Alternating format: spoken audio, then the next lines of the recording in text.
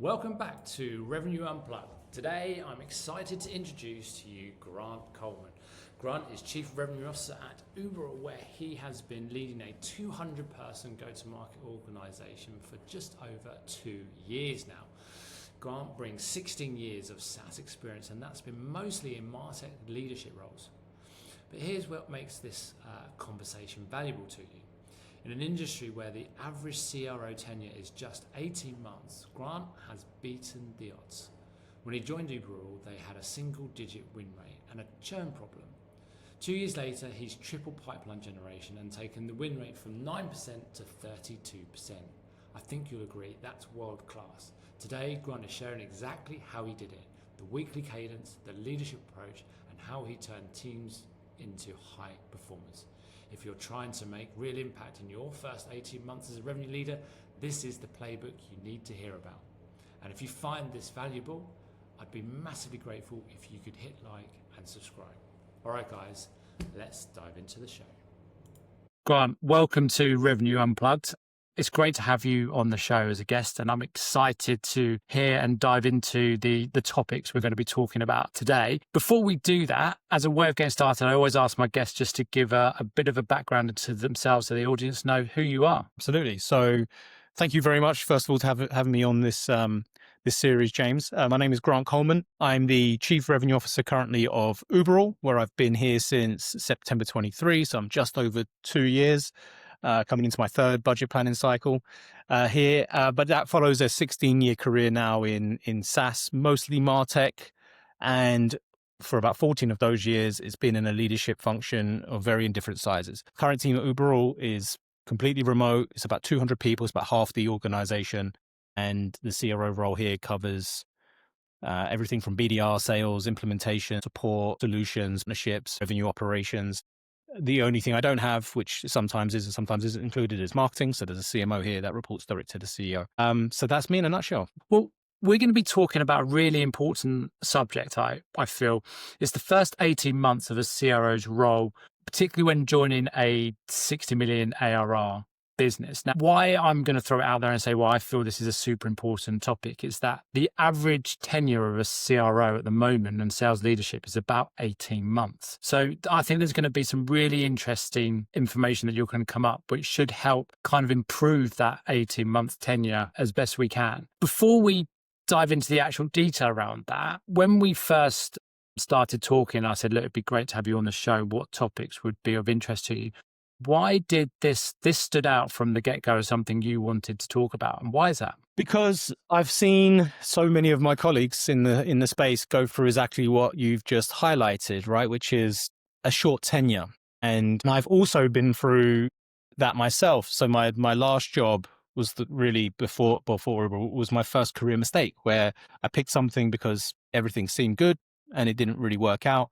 But before that, I'd had really long runs, twice in a row and grown through the organization, which is obviously the dream. And now here we are again. You could say I'm on borrowed time, but I can tell you from the feeling I get from the inside of this business, I know I'm here to stay here for years, which is really what I want. So that's always what I'm looking for. So the blip of a kind of 9-month tenure in my prior role is symptomatic of what some people experience. Now, in that case, the reason it can end could be many different ways, but a lot of the short tenure is how tough it is to make the right kind of impact that you earn the confidence of the peers, the founder, CEO, depends on how the organization is managed. And I think there's probably a lot that I can share as to at least what's worked for me.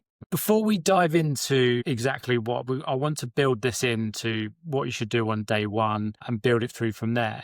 But I think it's critical that you understand how you decided and the due diligence you did to make the decision to join the business first. So what would you recommend that people look at before making their decision on joining a particular business that's around that 60 million mark? I think maybe this has already changed somewhat, but meet the person who's going to be the person you're going to be reporting to face at some point if you can. So definitely do that. I mean, I don't really think about day one. It's kind of day minus 90 or minus 120, depends how long the hiring cycle starts for like this. And it can be several months in many cases. It can take a while, but you need to meet the key people, as many of the key people as you can. In this current role, I had the opportunity to meet with the chairman of the board. I got to meet with the founder And at that time, the CEO several times in different contexts, both at the office of Uberall, head office in Berlin, as well as at a couple of industry events. And that really gave me a good sense of the person who was kind of setting the tone for the business as it was.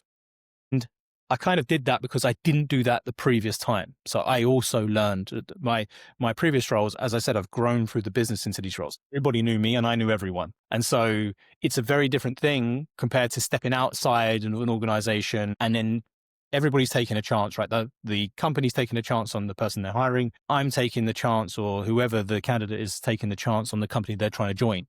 And of course, in this type of role, you're never joining an organization, or at least you're rarely joining an organization where everything is rosy. I don't know how many people, I think we spoke about this, prior and when we spoke about what we're going to talk about today. There's not many roles where you're taking over from a retiring CRO who's had a great 10-year run. Everything is on fire. It's a don't mess it up opportunity. It's always there is a problem that needs to be solved. I guess sometimes a really great CRO could get poached by another company, leaving a hole. But in most cases, I'd say, 19 times out of 20, you've taken over something where there's a problem in the business. And the CRO role is one where you may be at fault, or you just may have, if you haven't been able to impact the numbers quick enough, you may just be the head that has to get cut so that they can get fresh energy and fresh change into the organization. So that diligence phase is really important. You have to know as much as you can know what is happening in the business. And if you start to, especially with the private companies, if you cannot get access to enough of the numbers to really assess the company's health, if you're getting the sense that they're hiding something, if they're telling you everything is brilliant, then there should be a problem. You want to know the problems, because what you should be trying to address and assess is how suitable is your experience and what you can impact to the nature of the problems. And that's what I tried to do with this one and this role. And I'm loving it as a result. I found that the problems that the organization had, which the founder was really clear about, he really understood the nature of the problems. He spoke to me about how they've been trying to solve it and why they didn't think it worked so far. And on balance, I felt that, okay, well, if those are your problems, they're ones that I can really impact. So I guess there's a kind of a self-awareness that you need to know what your strengths or weaknesses are, and the ability to get that right information from the organization. And if anything smells off, then I would recommend don't do it. I mean, some people might take a role because they have no other choice, but assuming that you're looking at canvassing a couple of roles, beware of the organization that won't really give you the detail when you're about to join the C-suite. I can understand the different roles why they might not tell you everything, but the C-suite. So that would be the kind of the biggest factor. Okay.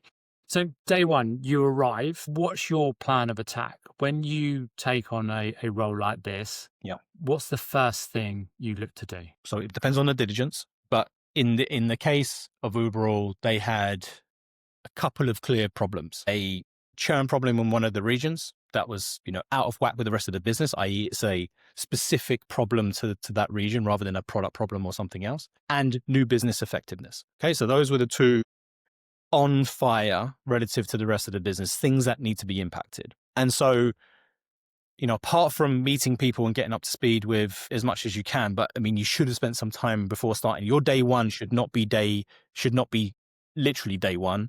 It should be day one when the company gets to meet you, not day one where you know anything about anything. So assuming you've done your pre-work, you've had access to some of the numbers, you know what you're going to work on. For me, it was about making sure I spend time with my leadership team and in organizing calls with the various teams. First of all, the whole organization. Who am I? Where have I come from? Why have I picked this opportunity? Why do I think they've picked me? And how I understand the current challenges, the strengths and the weaknesses. So kind of give enough of a SWOT analysis that is not scary, but that you've taken the time to understand the opportunity, and explain the first things that people should get ready for. So you need to be able to talk to people about that very openly. They're very receptive. Most of it is that they're scared at the beginning. Oh no, new boss, it's all about to change. It's going to be horrible. He or she is going to bring all of their own team in. Like that's the preamble on the side of the team that you're about to join. So you've really got to make sure that you don't have that. Otherwise, you're going to be working against the organization or too much of the organization. You're still always going to have some resistance to change. So that's the first thing, to establish that and be really open. And what I'm thinking about implementing as soon as possible, whether it's day one, you probably won't get it all done on day one, is the operating cadence for the business. So how is this business going to breathe every day, every week. What do we need to get ready for when working in my organization? And it's not because of me. It's the best way that I can function. I can manage up, I can manage down, figure out what you all need to get the better result that we're all looking for. That needs to be set up as quickly as possible. You need a really good partner in your revenue operations or sales operations, depends how your organization is managed, to really get your hands around that and explain why you're going to do what you're going to do. So in the case of new business sales, that part of the function, it was really the basics that I first changed. There was no formal weekly forecast cadence. There was a kind of informal monthly, we think we're going to get here this quarter. And even what was happening was not really a detailed deal inspection. There was no weekly pipeline cadence. So the biggest two problems of the business were conversion rate and pipeline generation. And there was no inspection of this on a weekly basis that everybody was ready for or knew how to manage. It was very loose. And so for me, it was about establishing that first, because what I think my peers that are watching this need to be thinking about is what can I do to demonstrate above and below that they should have confidence in where we're going. And within 2 weeks of me starting at Uberall, I got the most horrible Glassdoor reviews with people that were like, this guy is an idiot. He's a slave driver. He's this, he wants to do that. And I genuinely don't think that that's who I am and what I try to do. I upset what they knew to be their river. Now, none of the people that were complaining were successful, but they were comfortable. They'd got comfortable. They were still getting paid. It's a fully remote business. So the eyes all of a sudden are on and they feel inspected. And the natural resistance to that is then to be like, whoa, who do you think you are? It's like, well, I'm the guy that gets paid and fired if we don't hit these numbers.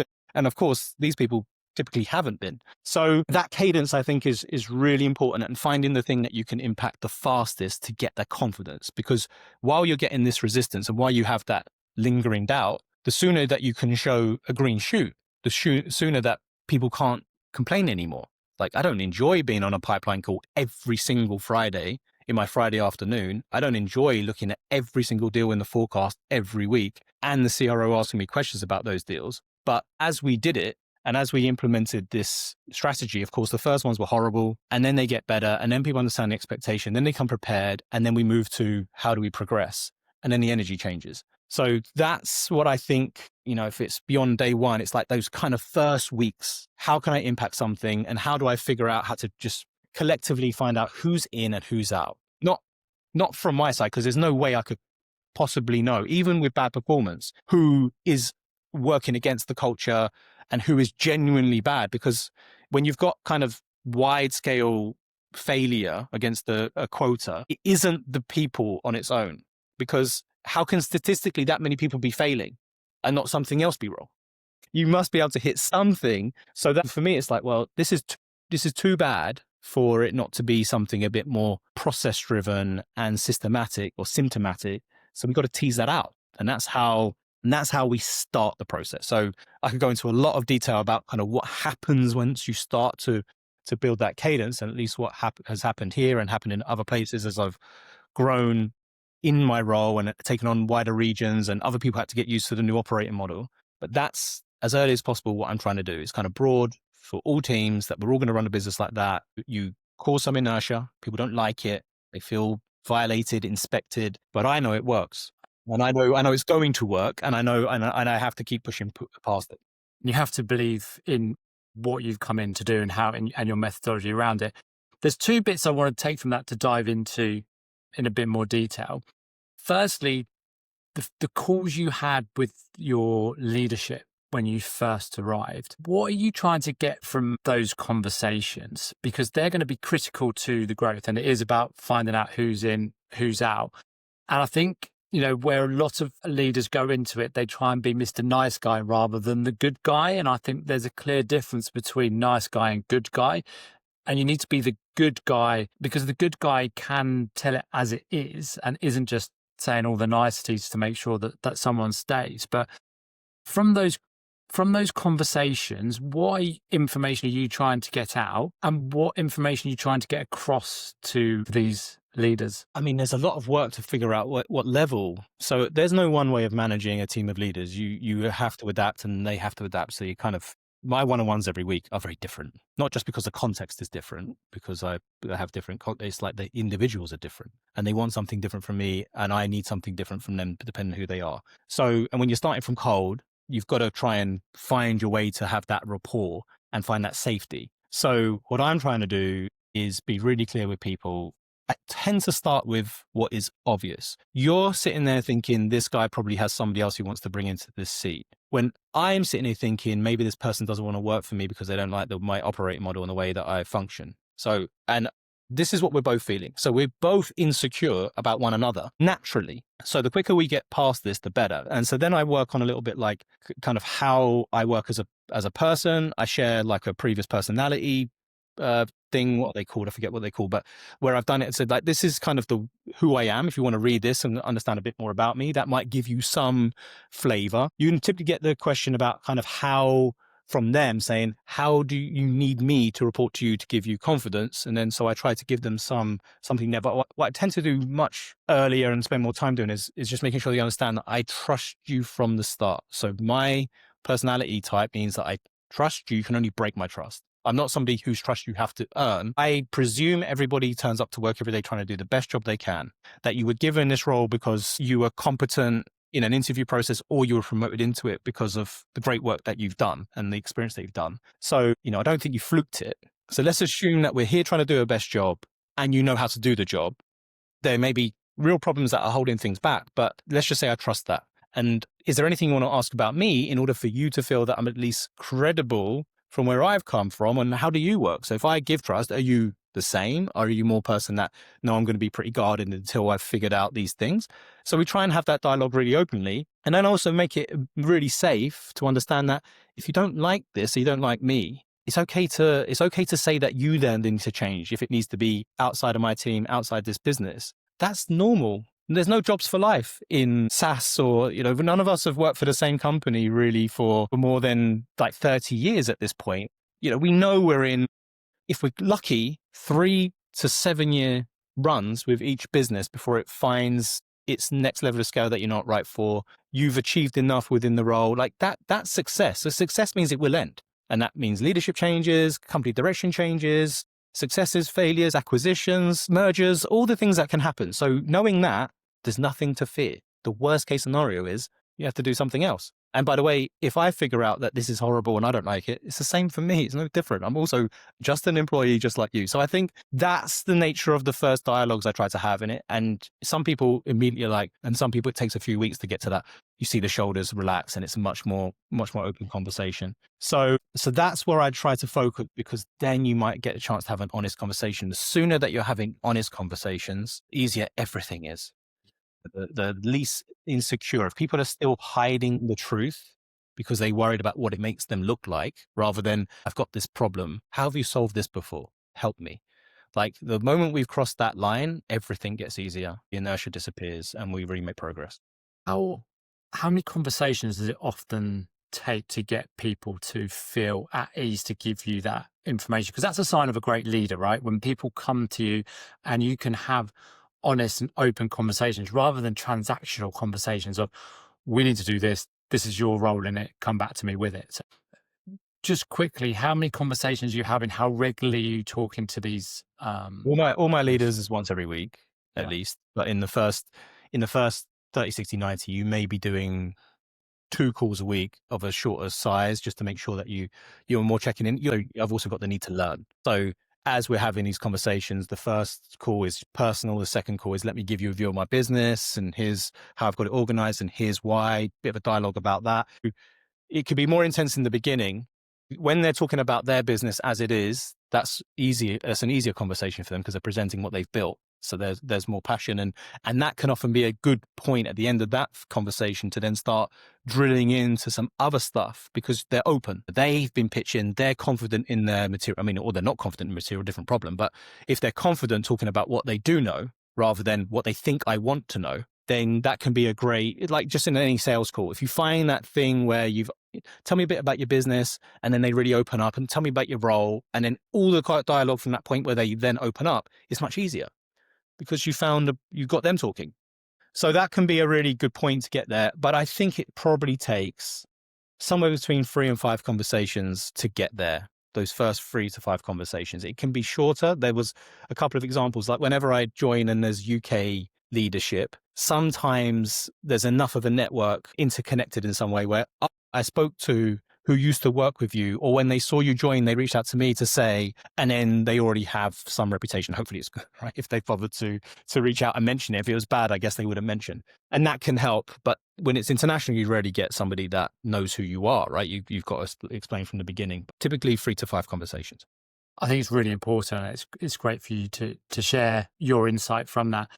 The next bit that I just want to dive into, you mentioned about pipeline generation and forecasting, having these weekly meetings, because nearly every SaaS vendor has a new logo challenge. And 2026 is going to be a year where a lot of focus is going to be based on new logo and preventing churn. Firstly, why do you put these pipeline meetings in place, and who are these pipeline meetings with? All of the BDRs, all of the sellers, representatives from the marketing team that maybe work in that region, for example, with sometimes the senior leader joining as well, but it doesn't have to be every single week.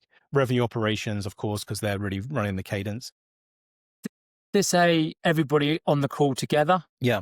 So I have 2 distinct regions in my case right now. And if it was more regions, I'd just do more of these calls or put together a couple if it made sense. Every Friday, we do an EMEA call and a North America call. 2 separate times, so don't try and lump those all together. It can be tough.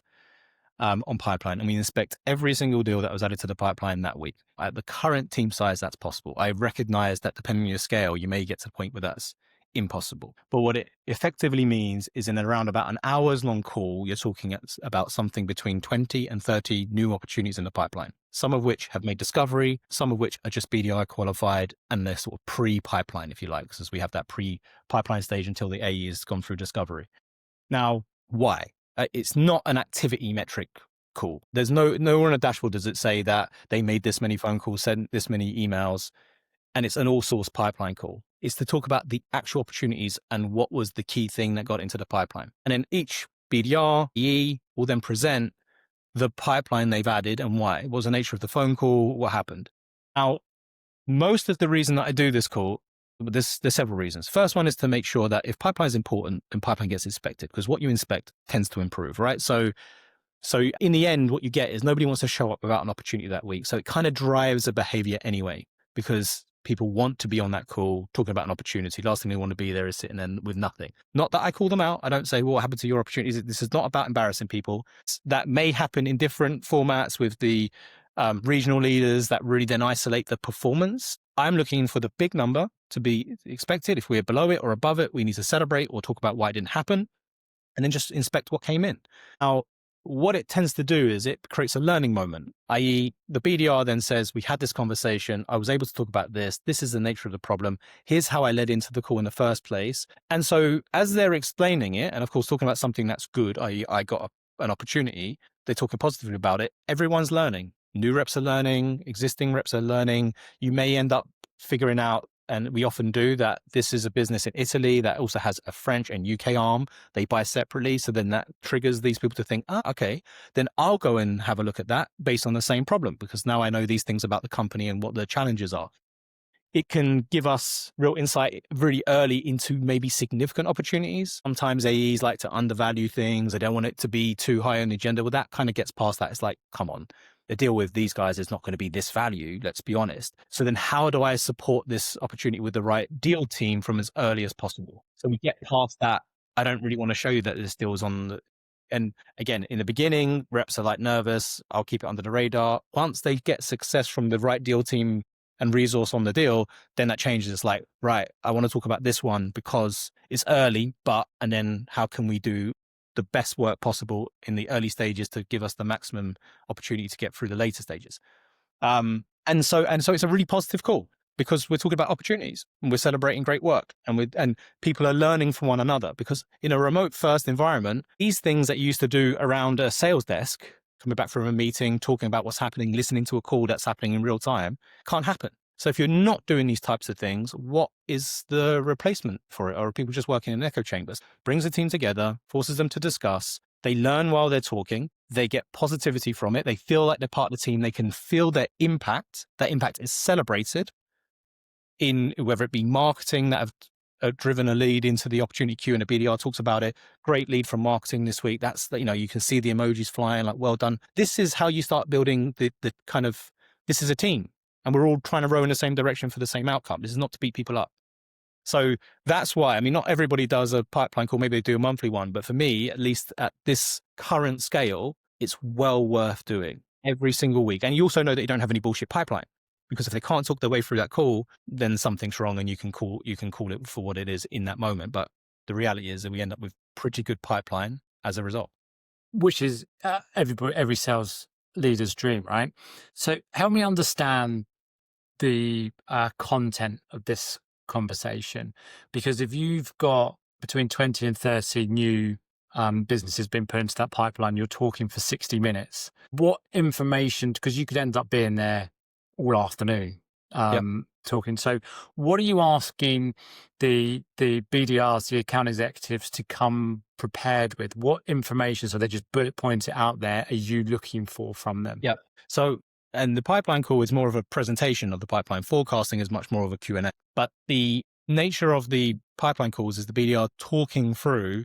So this is a result of this outbound effort. I got them through a video prospect. I did an audit of their current situation and found these problems. They responded well to it. I'm linked into this person. So what it really means is something like 30 to 120 seconds of discussing each one where they present. And if there's anything interesting as a result, we may drill in a bit further. Now, there isn't always 30 ops. Sometimes it can be 10. Sometimes it can be 50, in which case you have to think about how you're going to drive that call, or say, we're not going to talk about these ones, we're going to focus on this ones today. So you have to kind of assess that. But most of the opportunities can be presented, and then we may ask one or two clarifying questions, and it's on to the next one. It really is just an opportunity to celebrate the work that's been done. Or like, chat, can you tell me? And then what tends to happen in this call is another BDR will say, can you send me some more information? Can you tell me what you presented? Send me the audit, because I've got a similar brand or someone else in that same vertical. And so that starts happening, and you have the cross-pollination. So it isn't like a forecast call where you could be talking through how we're going to build this up and what we're going to do next. And hang on a minute, it doesn't make sense. It's a pipeline call. So it's much more of a presentation call. Why Friday? Because it's the end of the week. And if we want to measure it every week, then if we did it on a Monday, you could, but I tend to use the beginning of the week to discuss the forecast. So Monday and Tuesday. Why? Because there's things that we can then do immediately before the end of that week and whereas if we talk about it on Friday, it feels like, at least psychologically, like you don't do anything that information right now. You first go and enjoy your weekend, right? Whereas the pipeline call doesn't have a next action in most cases. Only a few of them have an action and a meeting that gets booked, and that can be booked for the next week. But it's a celebration of what's happened, whereas a forecast call is what we need to do next. So I find it better and more logical, at least for me, to start early with the forecast, i.e. then we can work in the immediate days and hours following to do something if we need to, rather than pipeline, which is we just did this and this was the outcome. And this is what's the expected outcome of stuff that we haven't fully got into the pipeline yet, but did happen. So that's at least the way it works well for me. And how much of doing this pipeline meeting gives accountability to the BDRs and the account executives to actually build the pipeline? Because they know they've got to have a conversation with it. And, you know, I think it's all of it. And it gives them a voice, right? How many CROs are talking in a dialogue with the BDRs each week? Or at least there's a platform to. So there's more that you can show up with, the more that you're going to be on that stage talking in front of 20, 30 of your colleagues and the boss and the boss's boss and the boss's boss's boss in some cases, and everyone's there to celebrate. So it has this kind of compounding effect. Best people, they want to show up. They don't want to come to that call without something in the pocket. And of course, if you got like a really significant one, it's really a big deal and it makes a massive difference to the company. But every opportunity is important. So for me, it's a great way to celebrate one of the hardest jobs within the go-to-market organization from a, effort versus outcome, because it can be pretty soul destroying for the week. So another answer to the previous question is it also means we tend to finish on a positive. Even if we only did 70% of the goal, it doesn't matter because that 70% is still in the pipeline. And it's too lumpy week over week to beat a team up for missing that week, because there could be events one week, then there's not another thing. There could be a webinar, so there are things that happen that need to balance out. So you still celebrate because everything that's added is positive and everything. So we talk about it in a way that is positive. psychologically, it's a great way to finish the week because you tend to finish the week on a high. And even if it's not a high for you personally, because you didn't quite get what you were hoping for, you still saw that, you kind of get that sense that, okay, this is a bit of a roller coaster. That person had nothing last week. This week they had 3 things. And you really see that, you're not in this alone. Every week is a new opportunity to achieve something. Actually, I did do a bunch of stuff this week, which was just, I set 3 meetings for next week. So that's still going to likely yield. So that's what I think it plays into from a psychology point of view, that one, it's always important to the company. We never miss an opportunity to celebrate. We build. So if you did do the work and get a great opportunity in the pipeline, you then see, well, how do we get this person, that person? Why? Actually, I know somebody at that company. I'm going to reach out to them and see if I can. So you start to see that the team start to work around the deal immediately, so that your pipeline is not being mistreated. You hear a lot of BDRs talk about the fact that I create the opportunity and then the AEs just don't even work it properly because they don't believe in it without even bothering. And I think that's the most. Then you really lose the heart and soul of the BDR team doing that role. So that's, from an accountability question, I think it gives huge accountability. Everybody's in. Everybody's contributing. It sounds hugely important, being able to give every single person a voice and knowing that they've got to come to this meeting with some sort of information. What does this meeting do for you, though? You in the business, you've got all the people within your org there talking. What do you learn from it? And then fast forwarding 9 or 10 months, how have those meetings improved? How has the quality of the pipeline improved based on having these weekly catch-ups? Well, let's start with the end. So when I joined, we're talking about single-digit win rates on the pipeline, which means, it was 9%. 9% means you're going to need 10 to 11x coverage when new logo hunting is really hard, i.e., I'm not ever going to build that coverage. So we must improve the win rate. So since I've been there, we're now probably 3x pipeline. So if I think about 23, I joined late in 23, the total pipeline for that year versus then 24 and then 25, like we're now generating at least 2.5 times the pipeline we were in 2023. So we've increased net more pipeline. Some of that is regional expansion, like putting more resources in North America as well and growing there. So you're going to get, but even if I just look at the productivity from a region and a size of team that was already the same, so just it's improved in and of itself, it's at least 2 times the pipeline than we were ever generating before. So pipeline's up, but win rate is up to 26%. Now that's good. You actually managed to get it to 30%, 32% at the end of last year. So I'm hoping if we still get to like Q4 golden quarter, we should be on for a good one. Then we can even get it we can tip it over into the 30s. And that's world class. I don't care what anyone tells you, like win 1 in 2 or whatever. Yeah, okay, then you've got very specific treatment on your pipeline, because we can all get high win rate, but this is like pure as it was, just really looking at growing the pipeline and then working it through. That's the end result. The first ones were, like I said, resisted. Like, why are you looking at me? I mean, effectively, we did find that a lot of people were mailing it in. So we've had to go through a lot of team change to get there. But then once that culture builds, and I always say this to the teams when I join, like once 51% of the team are bought in, the culture sustains. As long as more than half the people are like, this is what we do. And although it doesn't seem like a nice thing to do, it really does work. And here's why. Once they're telling that story, boom. Like now the culture sustains whether I'm saying it or not. And that's really what you want. You don't want to have to drive it every week. Now, so the quality of the call's gone up. I think people are excited. There's way less call avoidance. Oh yeah, I have a call at that same time on that day with a prospect. Typical. Well, that's obviously more important than showing up for this call, but you couldn't pick any other time, like in the whole week. So now people want to come to that call. It's evolved in that marketing also now feed more content into that meeting. Solutions as well, like i.e. don't forget this trigger. So if they hear something and people are talking about this is what worked, they may add, don't forget we released this new module. This adds this to that. So they then add in that layer of like, you're also forgetting this, make it even better. So it gives more people a reason to speak up on the call. And for me, it just brings the community together. So it brings a really good team ethic. The quality of the call is good. It's pretty on rails by now. So people know what they're going to do. They know what they're going to speak about. And it's part of, I think, the positive culture that we're trying to drive here. Positive pressure, i.e. you're under pressure. Again, I'm not no point do I say to the team or somebody that talks about it like, yeah, well done, but don't forget you're 30% of your number this quarter. So great. But if you don't get to, like, that's never, ever happened on one of these calls. This is not a performance management at the individual level call. Nothing to do with it. So then it reduces the fear and it provides what it does. And by the way, we find a way to get that same thing into all the other teams. So we're talking about pipeline and new business because it's obvious. It may be less obvious how it relates to client success and other teams in the business, but we absolutely try and put a similar cadence in for whatever it is that they're chasing. You know, it might not be weekly, like something like MPS, it might be much more quarterly, but the same idea that this is the thing you're going to impact. Find a way to talk about it, find a way to measure it and make sure people understand the nature of their work and what they've done, and then have that meeting in front of a group so that we keep building and building and building. So it keeps getting better.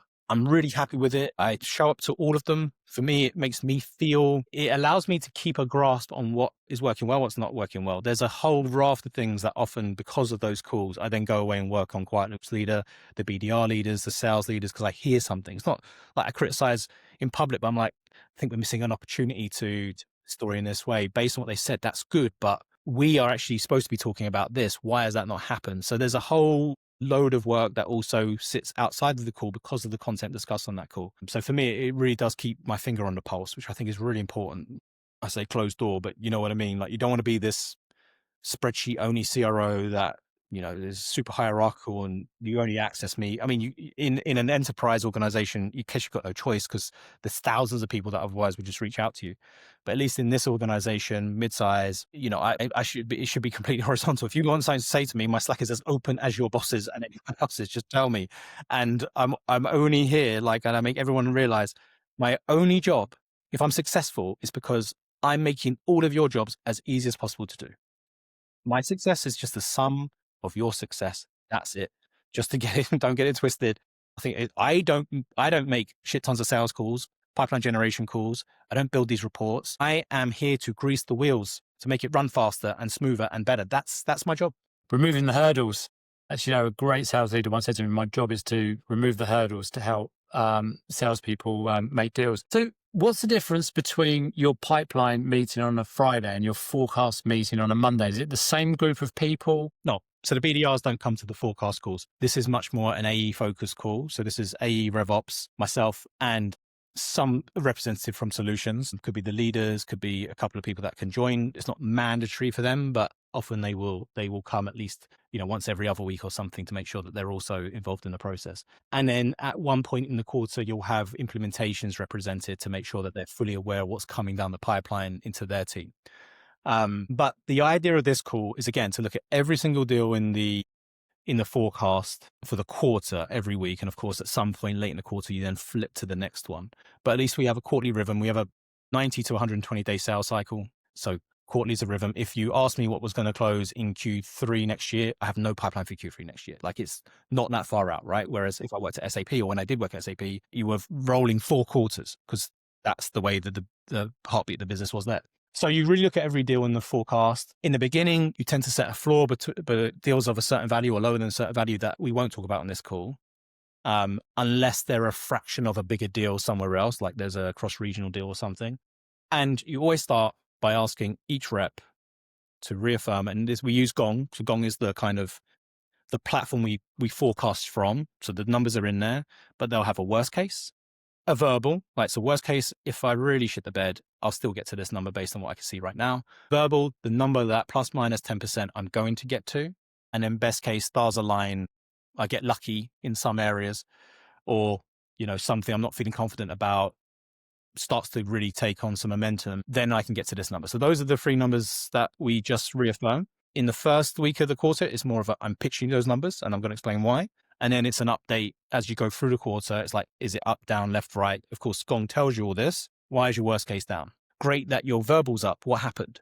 So you start there. Now, what you also have to remember is throughout the course of the week, we're seeing all the Gong recordings. We're seeing various analyses happening so now we've got quite a lot of insight as to what's really happening. And so what we tend to use the forecast for is a summary of where we're at and what is the next thing we must complete in order to call it progress. That's what I'm looking for. What does progress look like? What's the next step? And have my questioning on those opportunities, or the questions of my sales leaders. I'm there, the sales leader's there. And the sales leader would have already had some conversations with their team. It's not like they come into this cold. RevOps is there, and RevOps always has some insight for me. They've listened to more of the calls, or and they're like, we need to ask this question. I haven't seen this part of Medic completed yet. And we'll use that to say, what's the next step? And also to try and force some executive sponsorship, the thing that reps are always like, oh, I don't know if it's the right time to bring the boss in. It's like, well, just tell me who the decision makers are. All I do is I connect with them on LinkedIn, just so they know that I won't say anything yet at this point in time, but I'll connect. Or I'll say, we're currently engaged in a process. Of course, respect the process. I don't need anything from you on the stage, but just connecting. Because it makes a big difference. Because often the way we sell at the moment, and this is another thing to be aware of, how important are you? We're not the most important thing on a CMO's desk. We rarely talk to CMOs, but it's their budget that gets spent when someone buys us. The SEO manager is the main user and has some flexibility to make their decision around this tool. But in the end, they have to go to their boss and say, I want to make this change. Why? Right? So even if they know the name Uberall, because I connected with that person 4 weeks ago. It's amazing what happens once you start to join the dots. The CRO from Uberall actually connected with me. They may never talk about it until the moment it comes up. And then if we get further down the sales cycle, then I might reach out and say something. Thanks for the connection. It seems like we're making great progress. Again, we don't need anything, but if you'd like to talk to me about anything that's about to happen, bear in mind that I own not just the sales process, but also the onboarding process, the support team, and the success relationship. I'm happy to have that conversation so you understand, and always have direct access to an exec at your level. Again, this is, and then so what happens is the forecast doesn't become a place to be. They'll have one-on-one performance conversations with their boss every week, every 2 weeks, every month. That's not what I'm there to do. I'm not talking about, okay, well, if you only deliver that, you're only 70% of your target. So that's not great, is it? That's not my job on this call. I just want to know that we understand what we're going to close. And so once people understand that this is not a call to beat up about how we're performing, it's that the stuff that you say you're going to close, I think we should have enough respect for each other to deliver that. So help me understand this one in more detail then. If they're having these one-to-one meetings, why do you, just in a nutshell, why do you need to do this? And why are you putting these people into this meeting where they've all got to talk about it? So they can get the resources from around the business much more quickly and effectively. To add the amount of people that can feed the right next deal strategy, part of the strategy. So we save performance for their one-on-ones and their discussions with their leaders, but the group has way more insight about what the right best next step is, or a mutual connection that nobody else would have known about. We also then onboard new reps much more quicker into the business because they see the dialogue that's taking place. They understand the nature of what they need to know to get better. We also help reps remember not to forget to talk about the thing. This is it. They get led into the buyer's process. They forget that there's always a need to also run your process and talk about the thing that differentiates you from the process. And we get past the, what's their challenge? Oh, their challenge is they want more visibility. The current tool isn't that great. They're not getting great support. All right. I could have written that last week before I even knew you were talking to them. And like that. And so once you ask that question several times, then the new reps also see, okay, it's not good enough for me to come with that surface level stuff. I have to get to that differentiated problem that we solve. So I think that's what it tends to do. Again, not a high inertia call. People don't tend to lie their way out of it or say that I've got another meeting at this time. People may say, I've got a call halfway through this, so I need to go first, like that type of stuff, but they're there. But they get the impact, i.e. they get me to do something on the deal, they get RevOps to do something on the deal, they get a special price condition, maybe the contract needs to make a slight change because of the nature of the business. Perhaps even I would suggest, this is maybe a good thing for a pilot account or something like that, because I think if we did this, we could then end the RFP need and just get straight to proof. So we'll talk about it in that format and the group will then discuss, and every rep will see the discussion taking place. So there's none of this closed door, oh, I never knew that was an option. Everybody sees every option on the table and just how hard the business is willing to commit to the delivery of the revenue and the booking. Did you create the environment and that make it almost like a safe environment to talk? Because I know you say, look, it's not about one-to-one, it's not about performance, it's not about picking people out, but it becomes obvious, right? You're under the microscope, so there is some obvious stuff. So how do you? But some people, they never lose their jobs in the call. But some people consistently misdeliver. And then when that person we have to have a performance conversation, that conversation, send them home, or they say, look, this is not working out. No one else is shocked. It's not like, what happened to that? No, it's like, yeah, you could see they were struggling. And honestly, James, the best thing is that people self-realize so much more quickly that I can't get there. So no point am I shouting and swearing on any of these calls saying, why didn't you do this? Why did you do that? Like if somebody, so I talked at the beginning about honesty, and I say the same thing in these calls, like just tell me what you're struggling with in this deal and we'll figure out the way to get past it. But if a rep, and this has happened a few times, starts to lie because they don't want to have a tough conversation, and then you're like, but you said that 2 weeks ago, and you said, but then you told me this, and I've got this ridiculous ability to recall, which is also helpful when you're working at this scale to not forget these key details. Then it's like, okay, then I'll call it out. But I won't shout about it. I'll say, but you did say this before, and that's not great. And then it's like this unsaid, you just got found out. So for me, and the reason why it's important is because if somebody's 30% of the number, but they work to line to the deal, they still get celebrated in this call. They still be under pressure in other areas. In the end, somebody that's 20% of the number, but delivers that last deal on the last day might take me over the target, the business over its budget. And so if you don't celebrate that as well, and again, it's not linear. Not every quarter and every month is going to be the same. And you're going to have big positions in future quarters that are real and some quarters. So you also have to understand you're on a roller coaster. You've got an annual target. So in theory, you've got a year to hit it. Of course, you don't be too extreme about it, but are we making progress? This call's about progress. And the main view of a forecast is not to performance manage to the bookings goal. It's to performance manage to the prediction, the fortune telling. How good are we at predicting the future? That's what we're measuring. And so that's where, if there is a performance conversation, it's like, look, 3 of the 4 things that you told me in your worst case would come haven't come. That's the problem. Not you brought these 4 things in, but it's not good enough because you're 50% your number. Like that's not. And so I think that's, once we've established that that's what this call is about, it's for the furtherment of being able to predict better what the outcome is. And so the way I set this up is the biggest thing that I am measured on by my peers is my ability to say, we're going to book this, we're going to churn that, we're going to grow and expand by this. That's the biggest quarterly measurement that my peers and my boss measure me against. And my ability to give that information is based on the conversations we have here. It's not, and we're below budget. Like that's a different conversation. Can I predict? And so that you can tell the board, and if we're above, below, what we're going to do about it, those things, those are strategies. But the ability to know within a fair variance where you're going to land, that's the confidence. You know what you're doing.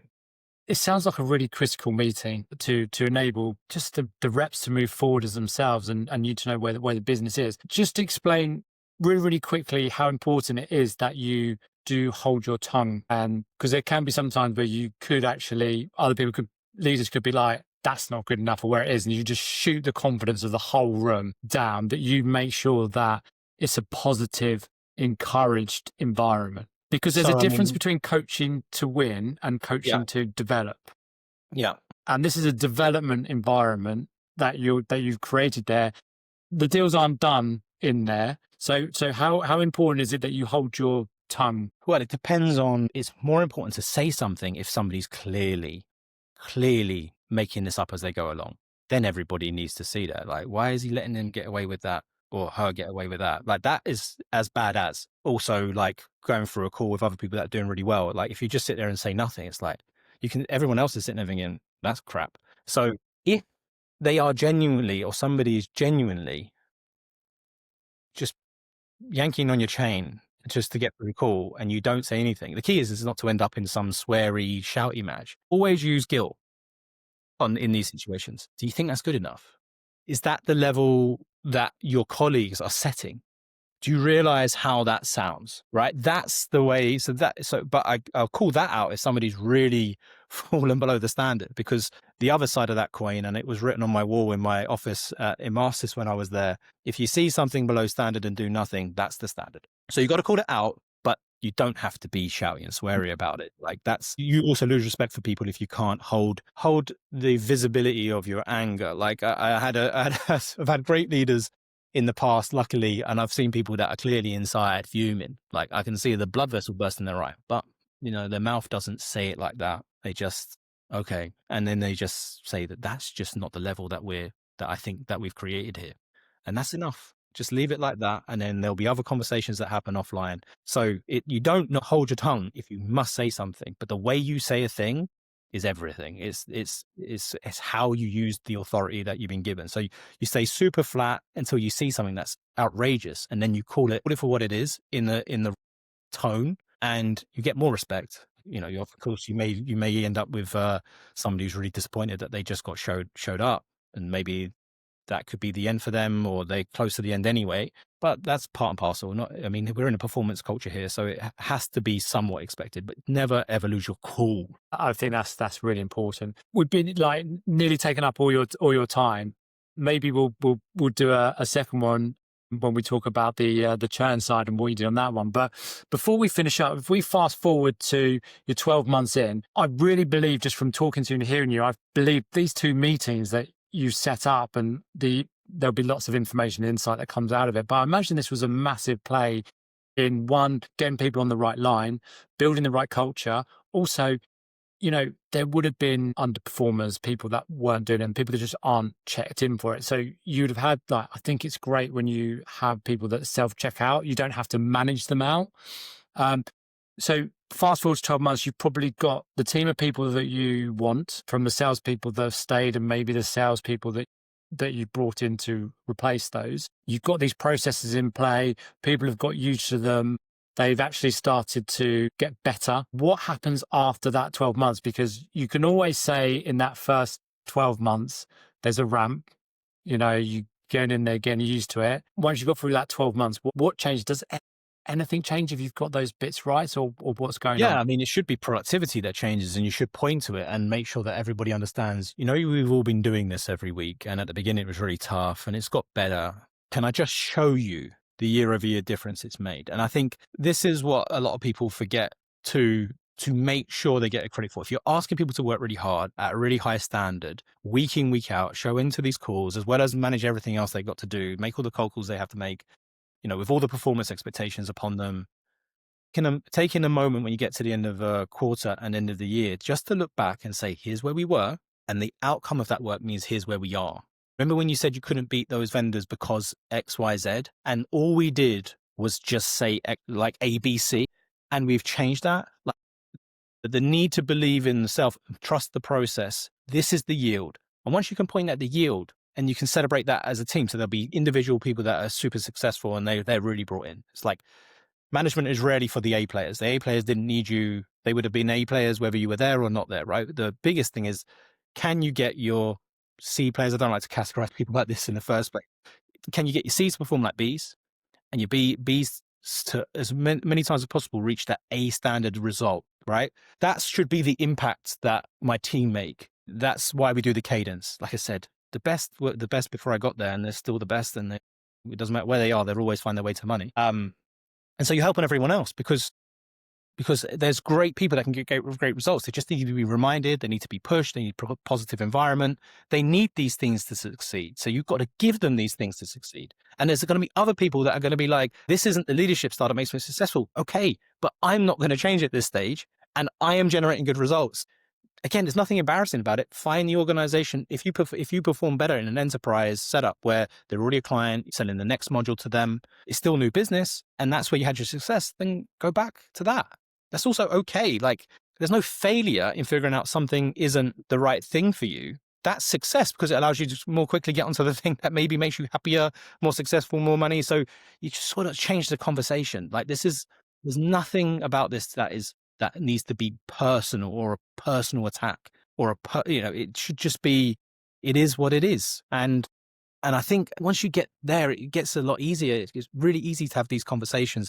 It's not a once a year, let's do a performance reflection. Everybody knows they're under the microscope for performance all the time anyway. The numbers don't lie.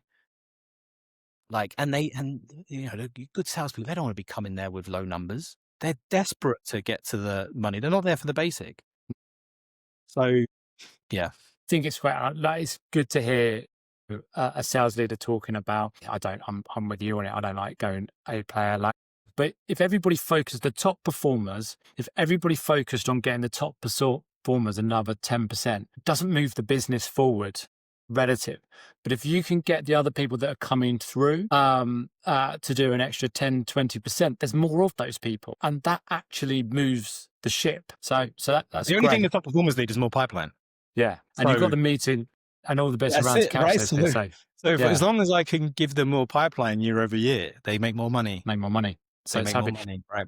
Before I let you go, there's one important bit I want you to talk about. One of the things that talking to, I've interviewed a couple of operating partners on this podcast who've gone out there.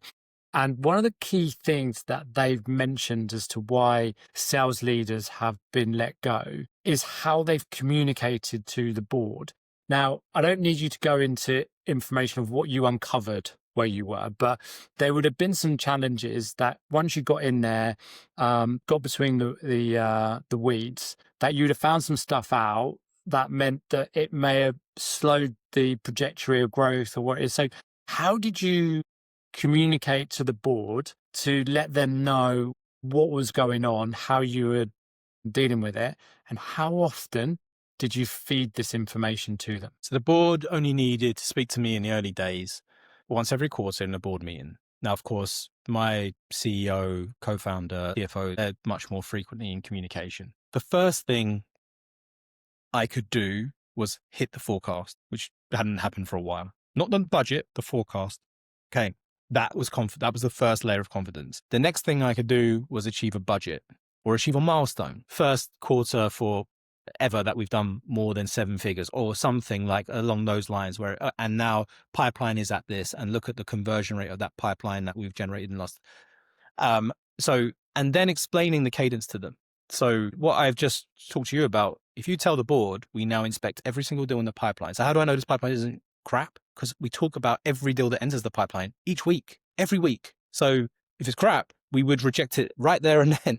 So they can't be crap because everybody has to present what their pipeline is and where it's come from. We've got all the call recording stuff to know that their call actually did happen. So we've got all the checks and balances. So this pipeline is good. And this is how we do the forecast. You explain the process, you explain what's happening, you explain the inertia, you explain where you have performance gaps, but actually that you've also found some real talent in here. Reasons to be positive. And what I'm trying to do in my first board meeting calls is just show green shoots and progress. And once they get that, they enjoy the calls. Again, the boards are also realistic. They talk to 10 different companies, and any of them that are showing progress against some of the challenges of the organization, that's a win. It may not be as quick as the spreadsheet said, but the spreadsheet's created once a year. It doesn't survive first contact with the enemy.